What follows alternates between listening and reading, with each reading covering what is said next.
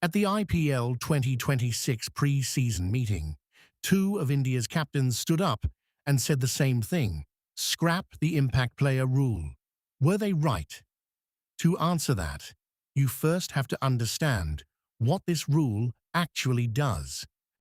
Before the toss, teams name 4 potential substitutes alongside their starting 11. They can deploy one as an impact player at key moments, before an innings, between overs, or right after a wicket falls.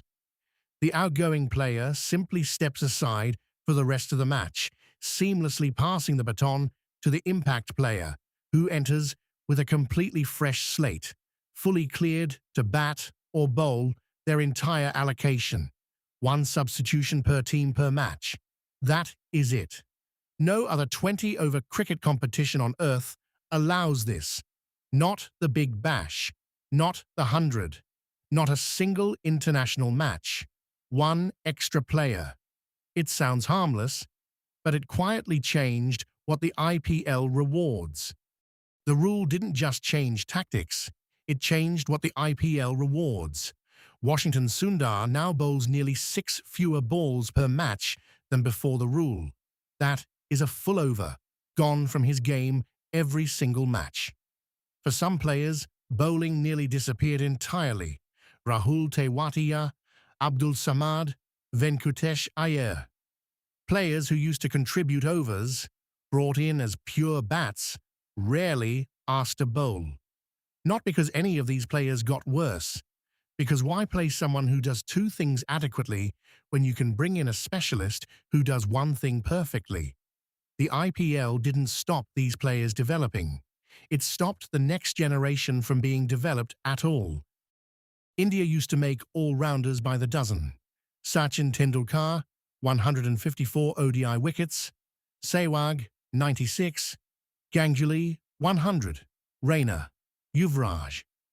Between those 5 batters in the top 6, nearly 500 ODI wickets.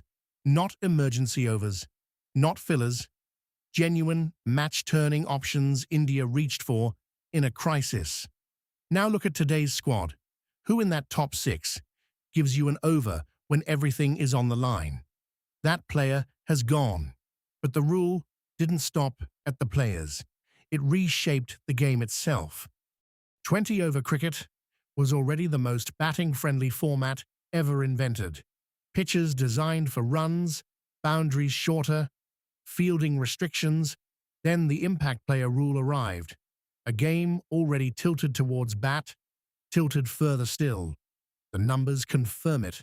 Before the rule, teams averaged 167 in the first innings. After, 188. 200-plus scores happened 121 times in just 4 seasons. It took the previous 15 seasons to reach 97. But here is what the scorecard does not tell you. When one team is dominant from the first ball, the uncertainty is gone. The drama disappears. In 2025 and 2026, over a third of IPL matches were decided by big margins, the most one-sided seasons in the tournament's history. IPL television viewership dropped 26% in 2026. Audiences tuned out. Scores went up. Engagement went down. The game became more spectacular and less of a contest. Here is what makes this argument so hard. The numbers look fine. Scores are up. India won trophies. On paper, the rule is working. But the cost is invisible until it is not. A generation of players who never fully developed their bowling. A pipeline that dried up quietly. 1 impact player substitution at a time. And when the moment comes, the World Cup final, or 3 wickets down in Australia, you reach for the all-rounder, and he is not there. Remove the rule. Put the all-rounder back at the center of Indian cricket. Not out of nostalgia, because modern cricket rewards exactly that kind of player. One who can do 2 jobs when it matters most. For now, the rule stands, up for review at IPL 2027. So, would you scrap the impact player rule to save the all-rounder, or keep it for the 250-run spectacle? Tell us in the comments. If this changed how you think about the rule, subscribe to Top of Off. New data-driven cricket stories every week.